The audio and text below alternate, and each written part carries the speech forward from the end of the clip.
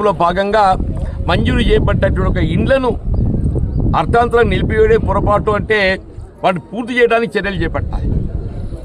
ఆ విధమైన చర్యలకు ఉపకరించకుండా ప్రయత్నం చేయకుండా వాటి తొలగింపు పాల్పడము ఇది ఇది ఇది అసలు ఈ క్షమించరాని ఒక విధంగా ఏదైతుందో బాధ్యత రాహిత్యంగా భావించాల్సి వస్తుందని చెప్పండి. ఇది తీవ్ర ఖండించడమే కాదు, గౌరవ జిల్లా కలెక్టర్గా అదేదైతుందో వారు పాలనా అధికారి వారు చేపట్టబోయే ప్రతి చర్య ఏదైతుందో ప్రజా సంక్షేమం దృష్టిలో ఉండాలి.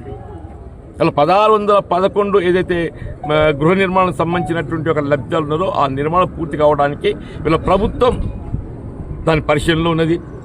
ఇదే కలెక్టర్ గారు ఏదైతుందో 1611 ఇండ్ల నిర్మాణం కావాల్సిన నిధుల మంజూరీ కొరకు ప్రభుత్వం నివేదించింది.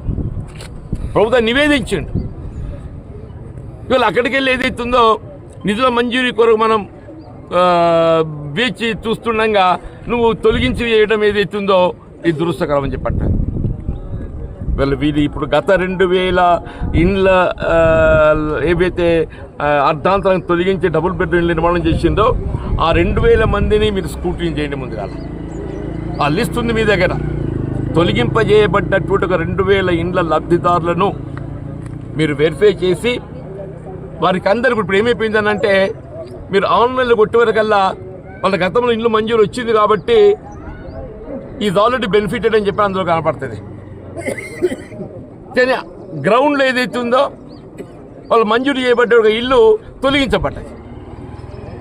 ఈ ఆన్లైన్ సిస్టంలో ఉండేటువంటి ఒక సమస్య ఏంటంటే వాళ్ళు గతంలో మంజూరు చేయబడ్డట్టు ఒక మాట సత్యం, కానీ గతంలో మంజూరు చేయబడ్డ ఇండ్లు ఏదైతుందో డబుల్ బెడ్రూమ్ ఇండ్ల నెపంతో తొలగించింది. అంటే వాళ్ళకి ఇవాళ లేవు. వాళ్ళందరూ ఏదైతుందో ఇలా రోడ్డు పడిపోయినారు.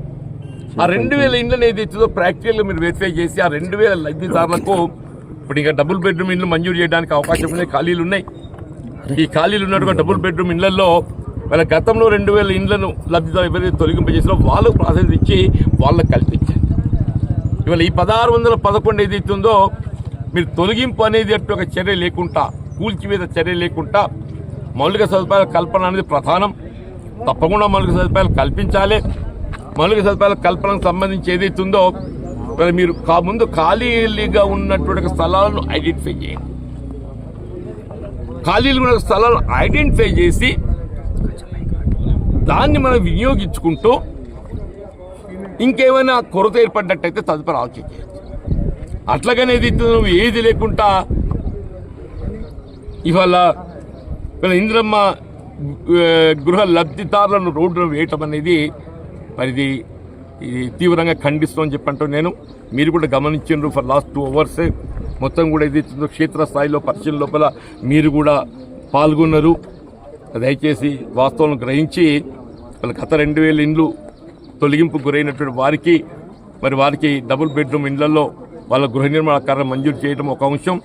ఈ 1611 ఎవరైతే ఇప్పుడు still they are on the ground వారికి ఏదైతున్నదో మరి ఇండ్లు మంజూరు చేయడానికి కొరకు మరి ప్రభుత్వం గౌరవ ముఖ్యమంత్రి గారు ఏదైతే చొరవ చూపెట్టి దానికి ఆ 52 కోట్లు మంజూరు చేసి ఈ 1611 ఎవరైతే వాళ్ళ గృహ నిర్మాణం పూర్తి చేసుకునే అవకాశం ఉందో వారికి ఆ నిధులు మంజూరు చేసి పూర్తి చేయడానికి సహకరించాలనేటువంటి యొక్క విజ్ఞప్తిని ఈ జగిత్యాల పట్టణ మున్సిపల్ పక్షాన్ని ఏదైతుందో వీళ్ళ కాంగ్రెస్ పార్టీ ఆధ్వర్యం లోపల ఏదైతుందో మరి వాళ్ళు ఎంత పరిశీలించిన పట్టణ కాంగ్రెస్ కానీ యువజన కాంగ్రెస్ కానీ వీళ్ళ గతంలో ఈ ప్రాంతంలో కౌన్సిలర్గా ప్రాతినిధ్యం వహించినటువంటి వాళ్ళే కానీ అందరూ కూడా ఏదైతుందో మరి అనునిత్యం మరి ప్రజలతో లబ్ధాలతో సంబంధం ఉన్నటువంటి వారు కాబట్టి దీనికి అనుగుణంగా చర్యలు చేపట్టాలని చెప్పని గౌరవ ముఖ్యమంత్రి గారికి నేను విజ్ఞప్తి చేస్తాను. జై కాంగ్రెస్.